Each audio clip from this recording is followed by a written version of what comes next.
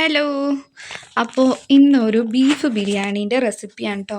കുറച്ച് ഭാഗങ്ങളൊക്കെ എൻ്റെ അടുത്തുനിന്ന് മിസ്സായിട്ടുണ്ട്. അപ്പോൾ ആദ്യം തന്നെ നമ്മൾ ബീഫ് കഴുകി മഞ്ഞൾപ്പൊടിയും കുരുമുളക് പൊടിയും ഉപ്പും ഇട്ടിട്ട് എന്താ പറയുക കുക്കറിലിട്ടിട്ട് വേവിക്കുക കേട്ടോ. ഇത്രയും ഐറ്റംസ് മതി. പിന്നെ ഇഞ്ചി വെളുത്തുള്ളി, പിന്നെ പച്ചമുളക് പേസ്റ്റ്, ഉള്ളി, തക്കാളി, പിന്നെ ഇതൊക്കെ ഇട്ടിട്ട് കുക്കറിൽ കുറച്ച് വെള്ളം ഒഴിച്ചിട്ട് കുറച്ച് വെള്ളം ഒഴിച്ചിട്ട് വേവിക്കാൻ വെച്ചു. അതാകുമ്പോൾ എളുപ്പത്തിലാവും. അപ്പോഴേക്കും നമ്മളെ ബീഫൊക്കെ നല്ല വെന്തിട്ടുണ്ട് കേട്ടോ.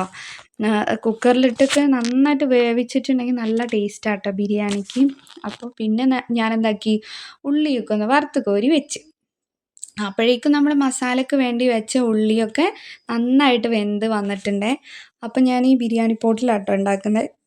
വെളിച്ചെണ്ണയും ഓയിലുമാണ് ഞാൻ ബിരിയാണിക്ക് അധികം ഉപയോഗിക്കുക. പിന്നെ നെയ്ച്ചോറ് ഉണ്ടാക്കുന്ന സമയത്ത് നെയ്യ് ഉണ്ടെങ്കിൽ നെയ്യ് ഇടും കേട്ടോ.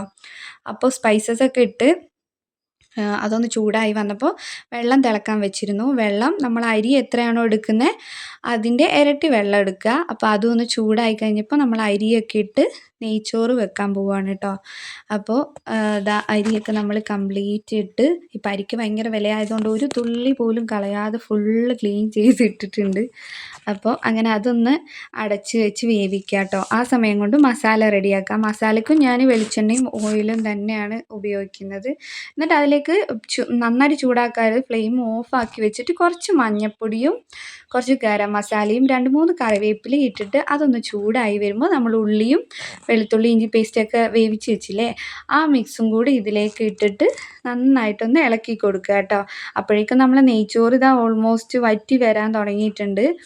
എന്നിട്ട് അതിലേക്ക് ആ ഉള്ളി വഴറ്റിയതിലേക്ക് നമ്മൾ കുറച്ച് വിനാഗിരിയും കുറച്ച് പഞ്ചസാരയും കൂടി ഇട്ട് കൊടുക്കുക. പിന്നെ മല്ലിച്ചപ്പ് പുതിനയൊക്കെ ഇട്ടിട്ട് അതൊന്ന് നന്നായിട്ട് ഇളക്കിയെടുക്കുക. എന്നിട്ട് അതിലേക്ക് എന്താക്കുക, ഈ ബീഫും അതിൻ്റെ വെള്ളവും എല്ലാം കൂടെ അങ്ങ് ഒഴിക്കുക കേട്ടോ. അപ്പം നന്നായിട്ട് എന്താകും, ബീഫൊക്കെ നല്ല വറ്റി ആ വെള്ളത്തോടെ തന്നെ മസാല വേണം കേട്ടോ. അപ്പോൾ അതിൽ കുറച്ച് ഉപ്പ് കുറവായതുകൊണ്ട് ഞാൻ പിന്നെയും കുറച്ച് ഉപ്പ് ഇട്ടിട്ടുണ്ട്. അപ്പോൾ അത് റെഡിയാവുന്ന സമയത്ത് തന്നെ നമ്മുടെ നെയ്ച്ചോറും ഓൾമോസ്റ്റ് റെഡിയായി കഴിഞ്ഞിട്ടുണ്ട് കേട്ടോ. അപ്പോൾ ബിരിയാണിക്ക് നെയ്ച്ചോറ് ഉണ്ടാക്കുന്ന സമയത്ത് വെള്ളം കുറവേ ഉണ്ടാക്കാൻ പാടുള്ളൂ. കാരണം നമ്മൾ ദമ്മൊക്കെ ഇടുമ്പോൾ, അപ്പോൾ ദമ്മിടുന്ന ഇതെൻ്റെ അടുത്തുനിന്ന് മിസ്സായിട്ടോ. നമ്മൾ ആ ഉള്ളി ഒരു പാത്രത്തിലിട്ടിട്ട് മസാല ഒരു പാത്രത്തിലിട്ടിട്ട് അതിൻ്റെ മേലെ ചോറും ഇട്ടിട്ട് നമ്മളെന്താക്കി വറുത്ത ഉള്ളിയൊക്കെ ഇട്ട് അതൊന്ന് കുറച്ച് നേരം ഒരു 10-20 മിനിറ്റ് നമ്മൾ ദമ്മിട്ട് വെച്ചു കേട്ടോ. നല്ല അടിപൊളി ബിരിയാണിയാണ്.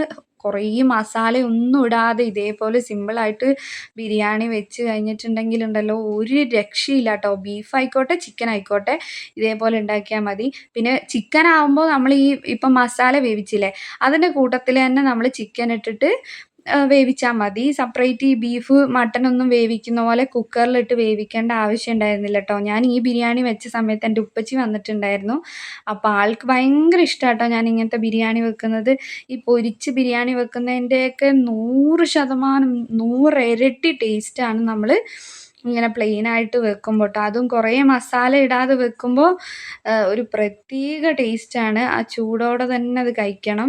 അപ്പം ഞാൻ പപ്പടവും അച്ചാറും ചമ്മന്തിയൊക്കെ ഉണ്ടാക്കിയിട്ട്, നല്ല മഴയുള്ള സമയത്ത് ഇങ്ങനത്തെ ബിരിയാണിയൊക്കെ കിട്ടാൻ നമ്മളിങ്ങനെ ആഗ്രഹിച്ചിരിക്കൂലേ. അപ്പോൾ അങ്ങനെ നല്ല മഴയുള്ള ദിവസമായിരുന്നു കേട്ടോ ഞാൻ ഈ ബിരിയാണി ഉണ്ടാക്കിയത്. അപ്പോൾ അങ്ങനെ ആദ്യം തന്നെ എൻ്റെ ഉപ്പച്ചിക്കാണ് ഇട്ട് കൊടുത്തത്. ആൾ തിന്ന് കഴിഞ്ഞിട്ട് എങ്ങനെയുണ്ട് എന്ന് പറയട്ടെ എന്ന് വിചാരിച്ചിട്ട് ഞാനങ്ങനെ വെയിറ്റ് ചെയ്ത് നിൽക്കുകയാണ് കേട്ടോ. അപ്പോൾ ഓവർ മസാല ഉണ്ടാവില്ല, ഒരു ലൈറ്റ് എന്താ പറയുക പാകത്തിനുള്ള മസാല. ഈ ബിരിയാണി തിന്നിട്ട് ഒരു ഹെവി ഫീല് നമുക്ക് തോന്നുന്നത് എപ്പോഴാണെന്നറിയോ, കുറേ അധികം മസാലപ്പൊടികൾ ഇട്ടിട്ടുള്ള മസാല വെച്ചിട്ടുള്ള ബിരിയാണി കഴിക്കുമ്പോഴാണ് കേട്ടോ.